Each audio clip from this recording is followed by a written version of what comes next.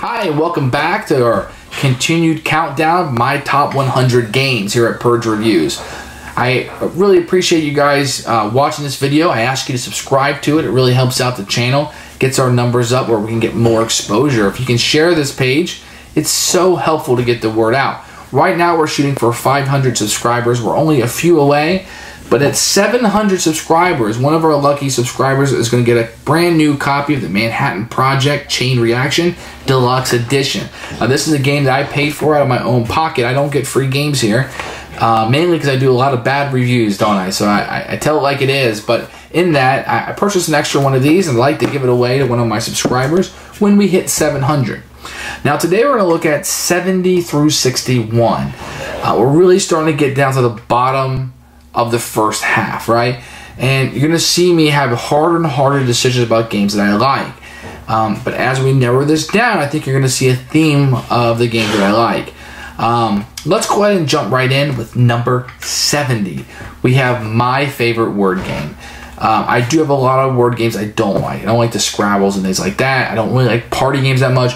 Word on the Street is a game I like a lot. But number 70 is going to fall to Paperback. Now, there's a great app that was just released for this, which may kill the actual physical game for me, but it's a deck building game where you make words and you have a hand of cards. It's like deck building, so you have letters on those, and you're challenged to make the best word you can out of those. So memorizing 2-letter words is not going to do any help.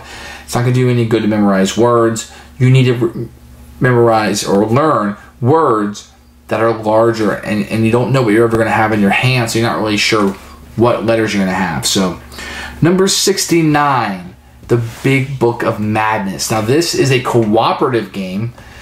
This game is really fun. The rule book let me down a little bit. I found it kind of hard to learn, but once I had it down, I really like this game. Now, the theme falls away a little bit because to me, you're just kind of, it's just icons, and some of the icons in there are a little too similar. I would say the white and the blue a little too similar.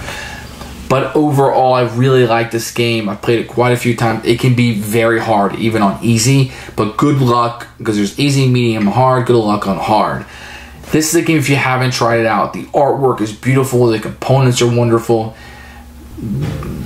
The theme may fall away a little bit with the icon matching, but I think it works great. And you really do. There are a lot of different kind of spells in the game. So it's a Big Book of Madness. Number 68 is Flashpoint Fire Rescue. Now, this game is severely helped by the variety of maps that it has. And when you play with these different expansions and map, there are different rules going on. This game is fantastic, and I think over time it will pass Pandemic for me.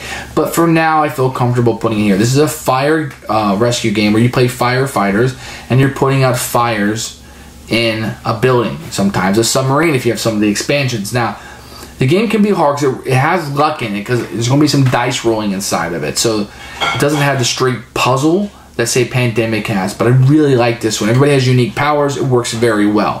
Flashpoint Fire Rescue. Number 67 is one of my favorite party games. It's King of Tokyo. And this is a game I can literally pull out with anyone. People like the monsters. They like the color. It's just a Yahtzee-style dice rolling game. They understand it almost immediately, and they like it. The cards, you buy this little electric, you can have these cards that pop up, really fun.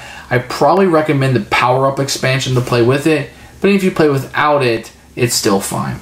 Number 66 is one of my favorite gateway games, Last Will. Now, I know you probably heard a lot about this game. It's like the movie Brewster's Millions with Richard Pryor, where you are trying to get rid of your money as opposed to gaining money. And it has some really funny comedy in it, like taking a horse out to eat just to spend the money, and you do crazy things with this money. Most of us aren't used to blowing large wads of money, right? So being able to do that in the game is fun, and that's what this game is. It's a lot of fun. 65 is Stone Age. Now, this is one of those classic games to me. It's one of the games that brought me in. I'll never forget the smell of the cup that you get with it. But it's a worker placement game where you place your workers, and those workers represent how many dice you're going to roll. So once you put those people there, you roll the dice divided by a certain number based on what resource you're trying to get, and that's how much resources you get. Super fun. It has the Love Shack in it. There's a lot to like about this game. If you're looking for a good, light Euro game, this is probably it. 64 is Thunder Alley. This is by far my favorite racing game. I had been looking for a perfect racing game for a long time, and I finally found it with this. I was lucky enough that Richard Lanius himself of Arkham Horror fame to teach me this game, and he was just a brilliant teacher. He's a brilliant guy, really fun to play games with, and he brought it out with me. I was like, no brainer, I want this game. This is a game I had already pre-ordered, and I got to play it early with him at Dice Tower, and it was just a blast. I won. I have a great story to play with it, and I've played it over and over and over since then and really liked it.